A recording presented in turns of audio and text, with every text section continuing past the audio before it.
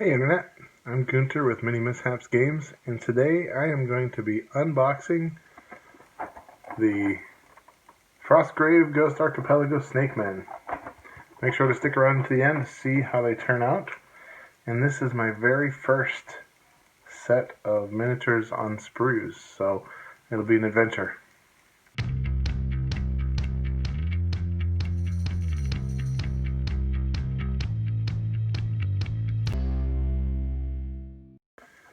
Alright, so this was a gift over the holidays, and I'm so excited to assemble my first miniatures. This is a very, very cool thing. So I've got my box, I have got my snips so I can pick out the parts that I want. I've got my kit bashing box for all of the parts that I'm not going to use today, and I think that's all I need. So here we go. Alright, so first up, we've got bases. Very cool. I don't know, since I don't know anything about Frostgrave, as far as the game goes, I don't know if these look like they're a little bigger than an inch. I don't know if they have to be the exact gaming size to play, but I'm not going to be playing. I'm a miniatures making and crafting and painting guy, and I don't know who I would play with or how I would figure that out. So maybe in a future video we'll actually learn how to play it and play it. But for now, I'm going to set these bases to the side because I'm mostly a D&D guy, and so the bases would be a standard 1 inch to fit in the square there, but I don't even know if the miniatures will fit in that, but we'll see. Alright, we've got our first sprue up, and these are so awesome. You've got legs that are separate, and you've got torsos, weapons, arms, legs, again legs. Can't have enough legs. Excellent. It looks like some of the weapons are in piecemeal, so you can assemble them. Pick out the head you want. Alright, that's the first sprue. And I'm going to be picking one group of a miniature to assemble, but if you see parts on the sprues you want me to assemble, let me know in the comments. Alright, a second sprue. Looks like maybe we got more of the same. This may be a duplicate sprue. Looks like it's the same sprue. So we got 2 sets of the same sprue. That'll make things easier for deciding. And we got 2 more sprues and 1 more thing of bases here. And it looks like we've got it looks like we have 4 maybe of the same sprue. So that when you mix and match, that's how you make the difference. That makes sense. Not like I know. Yep. This one's the same as well. Okay, so we've got 4 of these sprues. It looks like each sprue has 5 legs, 5 torsos, enough arms and heads to go around. It looks like there's at least 10 heads. So lots of options. And then of course we have our bases. Lots of bases. I am so excited. So how this is going to work is I'm going to pick out, I'm going to switch over to the table camera, but I'm going to pick out 1 set to assemble and paint for this video, and then I'm going to put at least 2 or 3 sets, maybe unassembled, in the big box of random so that they could be drawn out for painting challenges, and we'll just see where it goes. So secretly, between you and me, I also have never played or tried Warhammer, but I've been reading a little bit, and I think I want to do the Lizardmen army, because I love the idea of creating an army without spending the money on the actual miniatures to do it officially, so that might be a big faux pas. But anyways, I love Lizardmen, so even if I can't kit bash them into something usable for Age of Sigmar, then we'll just have a bunch of cool lizardmen lying around, and that's not a bad thing. I always kind of use them as D&D NPCs and armies. So I'm excited, and let's switch over to the assembly table.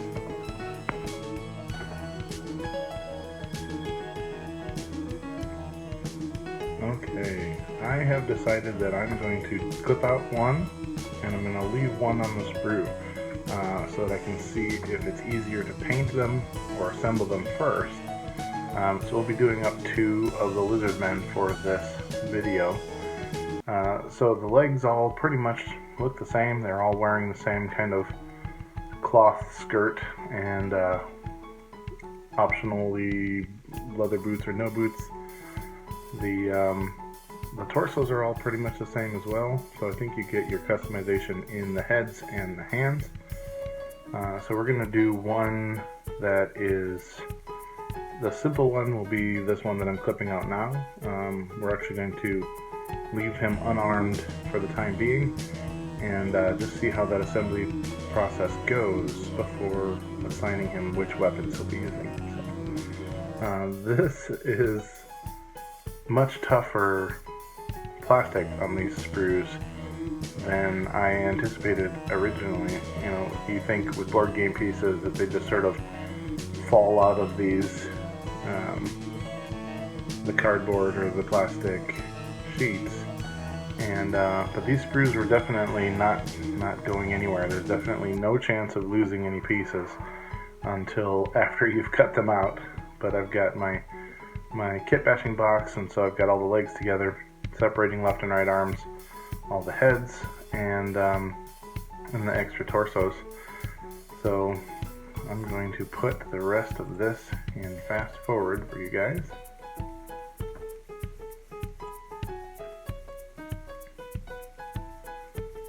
Alright, so I also thought at first that the hands were hooks, but it's just the way that they're sort of cupped so that you can put weapons in them, that they have the thumbs clear so that they don't get in the way or break off. Alright, next up, I tried to glue a couple of parts with my regular thermoset plastic, and this plastic actually didn't take. It's one of the first ever only things that I couldn't get to work with the thermoset plastic. So I went out and I got some plastic cement, made for plastic to plastic adhesion, and so this actually melts the, I don't know if it's got some acetone in it or something, but it actually melts the 2 plastic pieces together, and definitely stronger before than the parts were outside of the glue. This is very definitely they are not removable once they're glued like this. So the thermoset 2-part plastic that you see me pouring all the time, I usually can snap or break that apart if I need to change a base or I need to do something like that. And so what I might do moving forward is I might use the 2-part plastic on the bases in case I want to change the bases or make them into part of a diorama or something, and then actually use this super glue for putting on their limbs and heads. I mean, that is a nice thing that you know very definitely that if this thing drops and breaks, it's not going to break at that joint by any measure. Alright, once we've got the glue on, then this glue also sets a lot faster. The thermoset plastic takes about 30 minutes before you can be sure that it's set and won't change. This took about 1.5 minutes, and there was no more moving those joints. So kind of cool to see. For this first one, I kind of used gravity and the skills I'm used to using for the 2-part plastic, the thermoset stuff.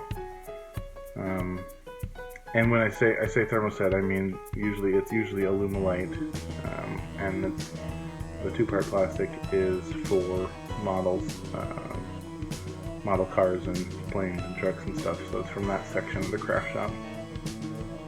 Alright, so we are going to paint these guys and so I'm painting the ones on the sprue a sort of goblin green, which is sort of a standard D&D colorization for lizard folk. But I'm going to actually do the one that's in parts. I'm going to paint as sort of the teal and bright Mayan or Mesoamerican Incan colorations,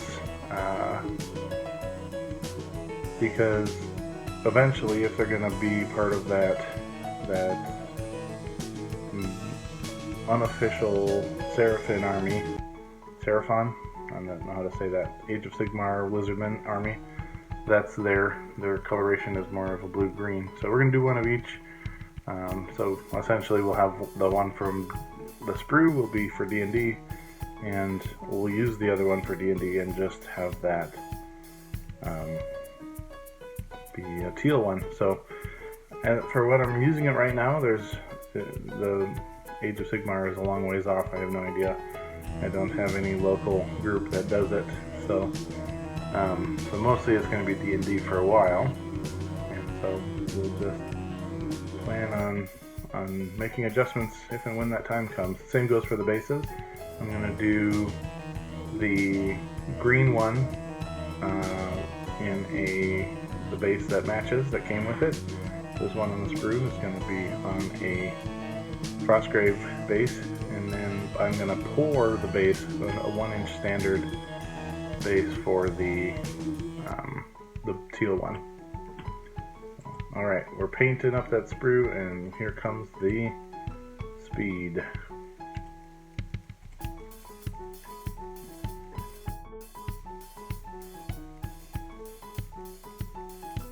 Okay, I have the leg and torso attached to the feet and the base, so all I have left is the arms, and I actually am running in with the arms to the points where I clipped the sprues.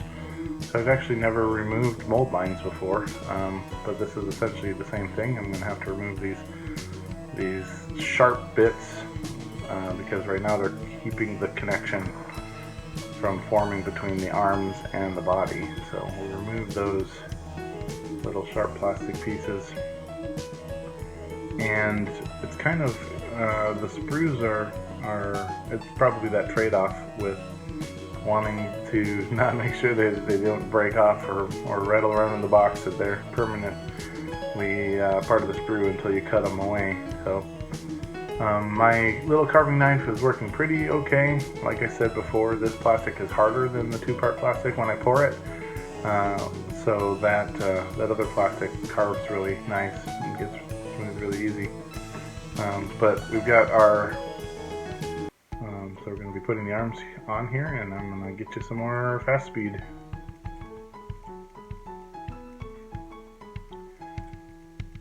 So next we're assembling the green one that was on the sprue, and I'm realizing that it's probably better to cut them off the sprues first, because the painting them on the sprue means that glue has to work through the paint to get down to the plastic, and it also makes it a lot harder with the paint on it to hold it to cut off the extra parts there. So alright, we're going to do some painting on the teal one. We've got the body parts in a base color on the green one. So we'll put some more. Now we're going to put on the base colors and the eyes. Some more fast speed. So I love how these turned out. Now, it ended up without any weapons. The teal one ended up looking like he's a bard from the College of Opera. But I really kind of like that. I mean, you don't really see a lot of lizard folk bards, and so maybe maybe he's speaking some poetry, and they got to get him a last poor Yorick skull. But I love that it looks like he's serenading somebody out in the crowd. And maybe we'll use him in that first diorama coming up which is going to be the tavern, you know, that everybody starts in a role-playing campaign. But I really like how this teal lizard folk turned out. The other one here is an archer. Looks like he just released the arrow. He's got a similar head. I didn't realize I picked two that were yelling, but he's got kind of a battle cry, and I really liked.